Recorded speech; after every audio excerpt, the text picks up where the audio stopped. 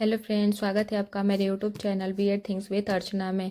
आप लोग कैसे हैं? आई होप आप लोग बहुत अच्छे होंगे। मैं यहाँ पे हिंदी के लेसन प्लान लेके आती हूँ।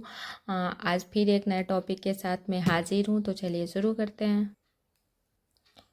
तो हमारा आज का प्रकरण है लौट कर आऊँगा फिर, जिसका सामान्य उद्देश्य विद्यार्थियों में हिंदी भाषा के प्रति रुचि उत्पन्न करना, विद्यार्थियों में कविता के भाव और सौंदर्य को समझने की क्षमता विकसित करना, विद्यार्थियों में प्रकृति प्रेम और संवेदनशीलता का विकास करना। विशिष्ट उद्देश्य में विद्यार्थी कविता के कवि का नाम बता सकेंगे, विद्यार्थी कविता का मुख्य भाव समझ सकेंगे, विद्यार्थी कविता में प्रकृति के चित्रण को पहचान सकेंगे। यहाँ पे शिक्षण सामग्री में चौक, डस्टर, लपेट, श्यामपट्ट, चार्ट पेपर, व्याख्यात्मक विधि। शिक्षण विधि में व्याख्यात्मक विधि, पूर्व ज्ञान। बच्चे कविता के बारे में सामान्य जानकारी रखते हैं। प्रस्तावना में छात्र छात्र दीपिका क्रिया, छात्र क्रिया। प्रश्न, हमारे आसपास पेड़ पौधे हैं, इन्हें क्या कहते हैं?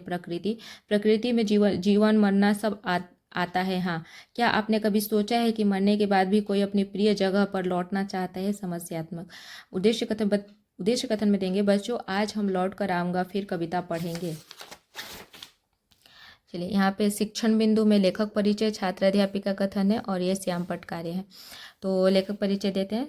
कथन, कवि जीवनानंद दास आधुनिक बांग्ला साहित्य के प्रसिद्ध कवि थे। उनका जन्म 17 फरवरी 1899 को बांग्लादेश के वरीगाल में हुआ था। वे प्रकृति प्रेम, संवेदनशीलता और मानव जीवन की गहरी भावनाओं को अपनी कविताओं में व्यक्त करने के लिए प्रसिद्ध है। उनकी कविताओं में प्रकृति, मातृभूमि के प्रति प्रेम और मानवीय संवेदनाएं प्रमुख रूप से दिखाई देती है। उनकी भाषा सरल, भावपूर्ण और चित्रात्मक होती है। उनकी प्रमुख रचनाएं हैं रूपसी बांग्ला, बनलता सेन, झरा पालक।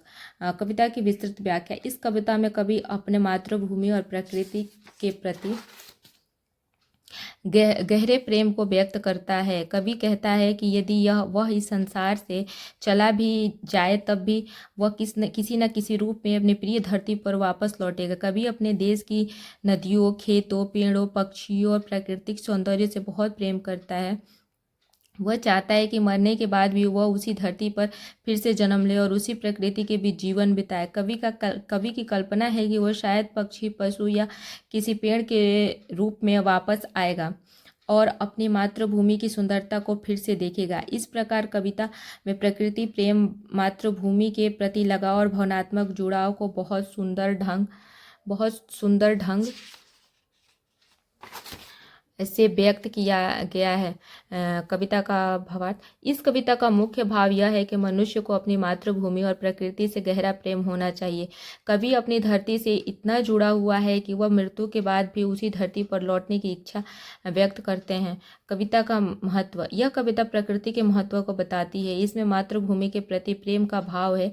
कविता हमें प्रकृति से जुड़ने की प्रेरणा देती है। श्यामपट्ट कार्य में संदेश है, हमें अपनी मातृभूमि और प्रकृति से प्रेम करना चाहिए।